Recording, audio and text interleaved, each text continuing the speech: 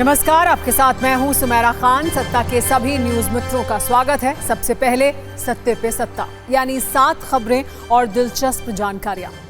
आज पहले आपको भारत के 2 पड़ोसी देशों में हुए दुख और दहशत वाले धमाके दिखाएंगे, जिनमें एक है बांग्लादेश, जहां यूनुस की सत्ता को मुट्ठी भर उपद्रवियों ने हिला दिया है। तो पाकिस्तान में टीवी तोड़ बवाल के 24 घंटे होने वाले हैं, लेकिन भड़कीले रुझान अभी भी जारी है। फिर एक कुंजी संभल के मस्जिद और कुएं वाले कलेश पर खोलेंगे।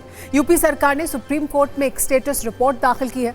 इसमें बताया गया है कि संभल की शाही जामा मस्जिद सरकारी जमीन पर बनाई गई है और मस्जिद के पास मौजूद कुआं भी सरकारी जमीन पर ही बना है। फिर राजनीतिक चिंगारियों वाली एक कुंजी बिहार से, जहां आज पीएम ने किसान सम्मान निधि की 19वीं किस्त जारी की और लालू परिवार पर कटाक्ष किया। पीएम ने कहा, पशु चारा खाने वाले कभी हालात नहीं बदल सकते। इस पर तेजस्वी यादव ने क्या जवाब दिया, वो देखिएगा। एक बड़ी और चौंकाने वाली खबर भगोड़े ललित मोदी पर भी आई है। 12 साल से देश से फरार ललित मोदी ने एक छोटे से देश वनुआतू की नागरिकता हासिल कर ली है। इसी के साथ अब ललित मोदी को भारत लाना और भी मुश्किल हो गया है। आज दिल्ली विधानसभा में फोटो वाला सियासी क्लेश भी शुरू हो गया। पूर्व सीएम आतिशी ने मुख्यमंत्री दफ्तर से भगत सिंह और बाबा साहेब भीमराव अंबेडकर की तस्वीर हटाने का आरोप बीजेपी पर लगाया। इसी पर दिल्ली की नई सीएम रेखा गुप्ता ने कहा, आप ऐसे आरोपों से अपने कुकर्मों को छिपाना चाहती है। एक चिंताजनक खबर शेयर बाजार से, जिसकी सत्ता लगातार कांप रही है और आज सेंसेक्स 8 महीने के निचले स्तर पर आ गया। आज की गिरावट में निवेशकों के 5 लाख करोड़ रुपए डूब गए। सिर्फ फरवरी महीने में सेंसेक्स और निफ्टी करीब 4% तक टूट चुका है। और एक बड़ी खबर जर्मनी से भी है, जहां सत्ता बदल गई है। जर्मनी के चांसलर ओलाफ शोल्ज चुनाव हार गए हैं, जबकि कंजर्वेटिव विपक्षी नेता फ्रेडरिक मर्च की CDU पार्टी के गठबंधन ने 208 सीटों पर जीत दर्ज की है। चुनाव में दूसरी सबसे बड़ी जीत कट्टर दक्षिणपंथी पार्टी AFD को मिली है। सत्ता में बात करते हैं यूपी के संभल में शाही जामा मस्जिद और कुएं वाले कलेश की, जिसकी चर्चा आज दिल्ली में हो रही है। यूपी सरकार ने संभल में शाही जामा मस्जिद और उसके पास मौजूद कुएं को लेकर सुप्रीम कोर्ट में स्टेटस रिपोर्ट दाखिल की है। यूपी सरकार ने मस्जिद इंतजामिया कमेटी के उस दावे को खारिज किया है जिसमें कुएं को मस्जिद की प्रॉपर्टी बताया गया था। आपको वो 7 बड़ी बातें बताते हैं जो यूपी सरकार की संभल वाली स्टेटस रिपोर्ट में मुख्य तौर पर शामिल हैं। यूपी सरकार ने कहा है कि संभल की शाही जामा मस्जिद सार्वजनिक जमीन पर है। इतना ही नहीं, ये भी कहा है कि मस्जिद के पास मौजूद कुआं भी सरकारी जमीन पर ही है। ये भी कहा गया है कि मस्जिद कमेटी ने गलत फोटो पेश करके अदालत को गुमराह करने की कोशिश की। यूपी सरकार ने कहा है कि मस्जिद कमेटी संभल के विकास को रोक रही है। साथ में ये भी कहा गया है कि प्रशासन को कटघरे में खड़ा करना और सवाल उठाना गलत है। यूपी सरकार ने यह आरोप लगाया कि मस्जिद समिति ये प्रयास कर रही है कि सार्वजनिक कुएं पर निजी अधिकार हो जाए। यूपी सरकार ने मस्जिद समिति के आवेदन को रद्द करने की मांग की है। सिर्फ 90 सेकंड में संभल पर नए कलेश को आप भी समझिए।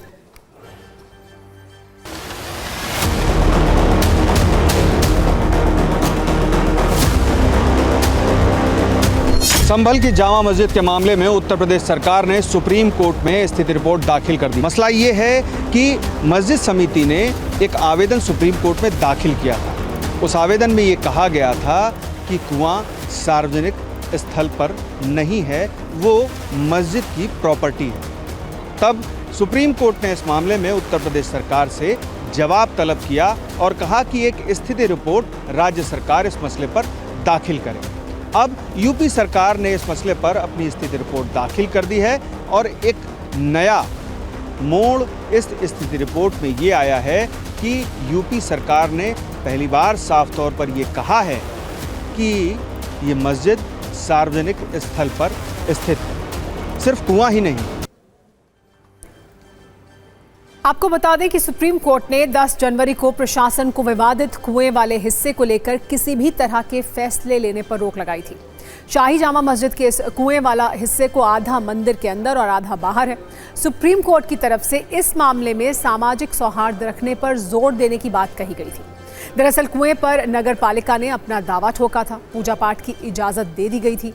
मस्जिद कमेटी इसके खिलाफ 9 जनवरी को सुप्रीम कोर्ट गई थी। चीफ जस्टिस संजीव खन्ना और जस्टिस संजय कुमार की बेंच ने मस्जिद कमेटी की याचिका पर फैसला सुनाया था। सरकार को नोटिस देकर जवाब मांगा था, जिसके बाद आज यूपी सरकार ने स्टेटस रिपोर्ट दाखिल की है। जामा मस्जिद को लेकर हिंदू पक्ष का दावा यह है कि ये पहले हरिहर मंदिर था, जिसे बाबर ने 1529 में तोड़वाकर मस्जिद बनवा दी थी। और अब बात करते हैं सत्ता और सेहत के पिच पर पीएम मोदी के बयानों वाले चौके की, जिसकी चर्चा हर तरफ हो रही है। पीएम मोदी ने मध्य प्रदेश के भोपाल में ग्लोबल इन्वेस्टर्स समिट का शुभारंभ किया। यहां उन्होंने एमपी में विकास वाला 3T मंत्र दिया, टेक्सटाइल, टूरिज्म और टेक्नोलॉजी सेक्टर की भूमिका पर जोर दिया और दुनिया को सीधा संदेश दिया कि भारत नतीजे लाकर दिखाता है। पिछले 2 दिनों से पीएम मोदी सत्ता और सेहत की पिच पर धुआंधार बयानबाजी कर रहे हैं, संदेश दे रहे हैं। पीएम मोदी का पहला शॉट जबरदस्त ताकत और महाकुंभ वाली टाइमिंग के साथ है, जिसमें उन्होंने हिंदू आस्था से नफरत और कीचड़ उछालने वाली हिम्मत का जिक्र किया। नेताओं के एक वर्ग पर विदेशी ताकतों के साथ मिलकर देश और धर्म को कमजोर करने की कोशिश का आरोप लगाया। पीएम मोदी के दूसरे शॉट में एमपी में ग्लोबल निवेश वाली गुगली भी थी और बिहार में चुनावी प्रवेश वाला हेलीकॉप्टर शॉट भी है। आज भागलपुर में पीएम मोदी ने जनसभा को संबोधित किया, जिस पर चुनावी चिंगारियां भड़क रही हैं। पीएम मोदी का तीसरा शॉट सोशल मीडिया वाला ड्राइव है। एमपी में ग्लोबल समिट से एक दिन पहले पीएम मोदी ने प्रदेश के सांसदों, विधायकों और नेताओं से 1 करोड़ फॉलोअर्स वाला संवाद किया, जिसमें सवाल भी है, संदेश भी है और जीत का मंत्र भी है। सेहत की पिच पर भी पीएम मोदी की बयानबाजी शानदार रही है। पीएम मोदी ने मोटापा घटाने की मुहिम शुरू की है। 10 हस्तियों को नॉमिनेट किया है। किसी रोल मॉडल की तरह इन्हें फिट मॉडल की तरह पेश किया गया है। पहले बात करते हैं लेकिन पीएम मोदी के महाकुंभ वाले महाप्रहार की, जिसमें उन्होंने विदेशी ताकतों को हथियार की तरह इस्तेमाल किया है और टारगेट पर नेताओं को के एक वर्ग को रखा है। पीएम मोदी ने एमपी में समिट शुरू होने से एक दिन पहले कहा कि विदेशी ताकतों के साथ मिलकर देश और धर्म को कमजोर करने की कोशिश हो रही है। संत, संस्कृति और सिद्धांतों पर हमला किया जा रहा है। पर्व, परंपराओं और प्रथाओं को गाली दी जा रही है। आप सुनिए पीएम मोदी की इस बयानबाजी के बाद कैसे सियासी शोले भड़क रहे हैं।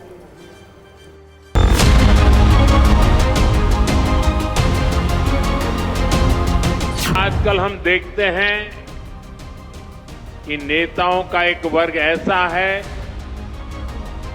जो धर्म का मखौल उड़ाता है, उपहास उड़ाता है, लोगों को तोड़ने में जुटा है और बहुत बार विदेशी ताकतें भी इन लोगों का साथ देकर देश और धर्म को कमजोर करने की कोशिश करती दिखती है। हिंदू आस्था से नफरत करने वाले ये लोग सदियों से किसी न किसी भेष में रहते रहे हैं। गुलामी की मानसिकता से घिरे हुए लोग हमारे मत, मान्यताओं और मंदिरों पर, हमारे संत, संस्कृति और सिद्धांतों पर हमला करते रहते हैं। ये लोग हमारे पर्व, परंपराओं और प्रथाओं को गाली देते हैं। आईना देख रहे थे जब ये बोल रहे थे। सबसे ज्यादा हिंदू धर्म का नुकसान अगर कोई कर रहा है तो वो संघ कर रहा है, भारतीय जनता पार्टी कर रही है। ये स्वयंभू ठेकेदार बने हुए हैं मेरे धर्म के, ये हम बर्दाश्त नहीं करेंगे। हमारा धर्म को राजनीति में, और राजनीति जो ज़्यादा इसमें शामिल कर रहे हैं वो भारतीय जनता पार्टी के लोग हैं। अगर आपको इतना जानकारी है और आपको पता है विदेशी शक्तियाँ जो हैं, आप भी तो जाते हैं विदेश, सबको जप्पी देते हुए घूम रहे हैं आप, तो अगर आपको इतनी जानकारी है तो इस मुद्दा को वहाँ उठाइए ना।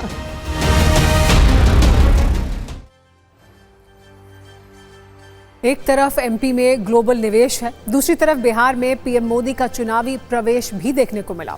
एक मंच पर पीएम मोदी और बिहार के मुख्यमंत्री नीतीश कुमार थे। बिहार में इसी साल विधानसभा के चुनाव होने हैं। चुनाव से पहले पीएम मोदी ने बिहार की धरती से आज पूरे देश के किसानों को टारगेट किया। भागलपुर से देश के 9 करोड़ 80 लाख किसानों के खाते में कुल 22,000 करोड़ रुपए ट्रांसफर किए गए। प्रधानमंत्री किसान सम्मान निधि योजना की 19वीं किस्त के रूप में ये पैसे दिए गए। इसमें बिहार के 76 लाख किसान शामिल हैं। बिहार के किसानों के खाते में 1600 करोड़ रुपए भेजे जाएंगे। बिहार के चुनावी स्टेडियम में पीएम मोदी ने आज लालू परिवार के खिलाफ तगड़े सियासी शॉट्स लगाए। वहीं इसके जवाब में आरजेडी नेता तेजस्वी यादव ने पीएम मोदी के दौरे को चुनावी बता दिया और बिहार की गरीबी और पिछड़ेपन से जुड़े 15 सवाल भी पूछे।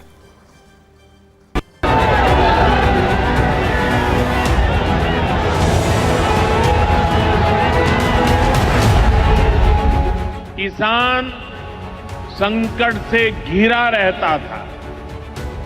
जो लोग पशुओं का चारा खा सकते हैं, वो इन स्थितियों को कभी भी नहीं बदल सकते।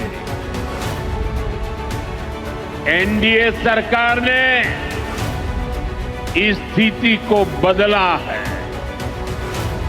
पहले यूरिया के लिए किसान लाठी खाता था और यूरिया की कालाबाजारी होती।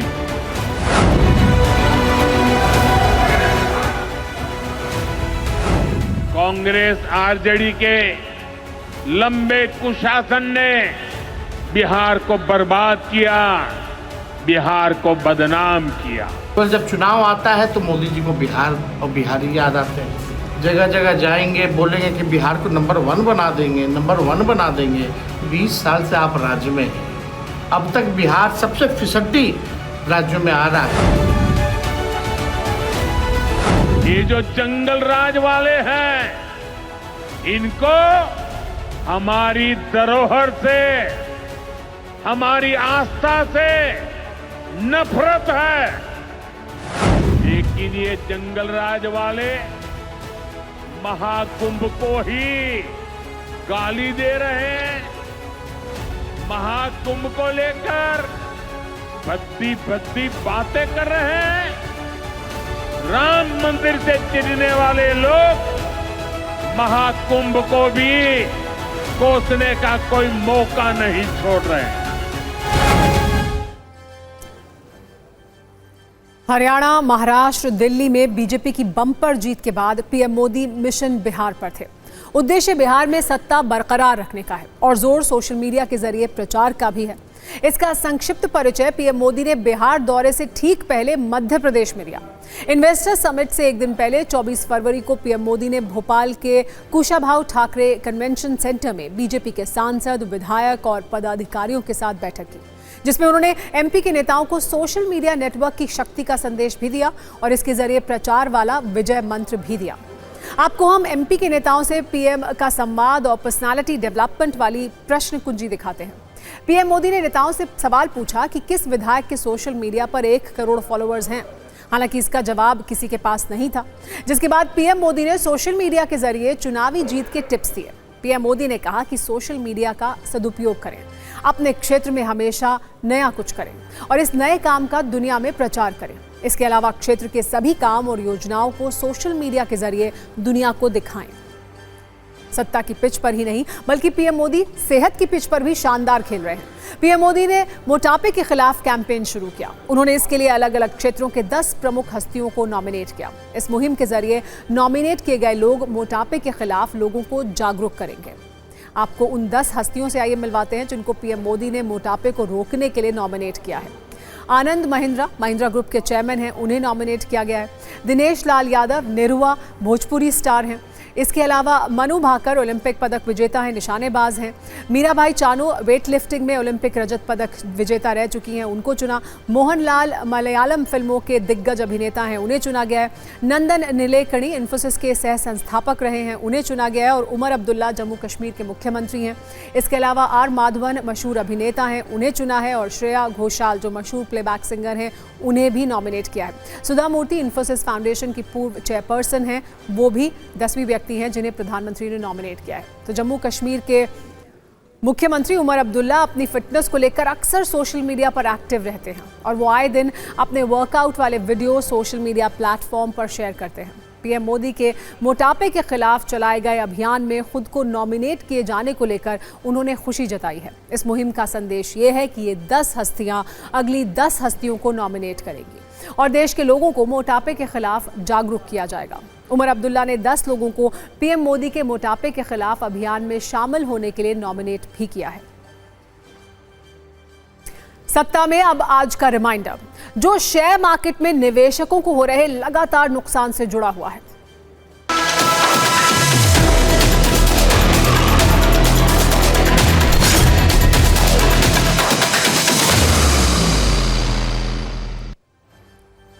आज के रिमाइंडर में निवेशकों के उस दुख की बात जो हर बीतते दिन के साथ बढ़ता ही जा रहा है।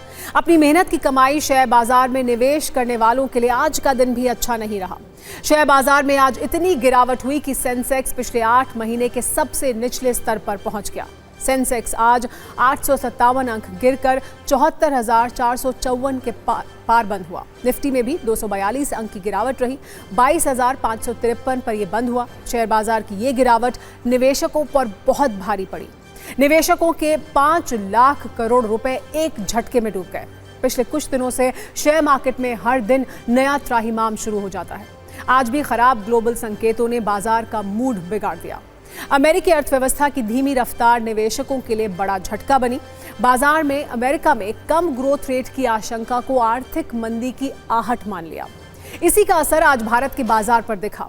वैसे अमेरिका के राष्ट्रपति डोनाल्ड ट्रंप की टैरिफ पॉलिसी भी दुनिया भर के बाजारों के लिए विलन बनी हुई है। निवेशकों का डर इस बात से समझा जा सकता है कि सिर्फ फरवरी के महीने में विदेशी निवेशक 37,000 करोड़ रुपए बाजार से निकाल चुके हैं। शेयर बाजार के इस हाल के जिम्मेदार ब्याज दरें भी हैं। अमेरिका और भारत दोनों ही अपनी जगह ब्याज दरों में कटौती की संभावना नहीं दिखा रहे हैं, जिससे बाजार में कोई खास उत्साह नहीं दिख रहा है। चिंता की बात यह है कि शेयर बाजार की डुबकी कुछ और दिन जारी रह सकती है और इसका सीधा असर आपकी मेहनत की कमाई पर पड़ने वाला है।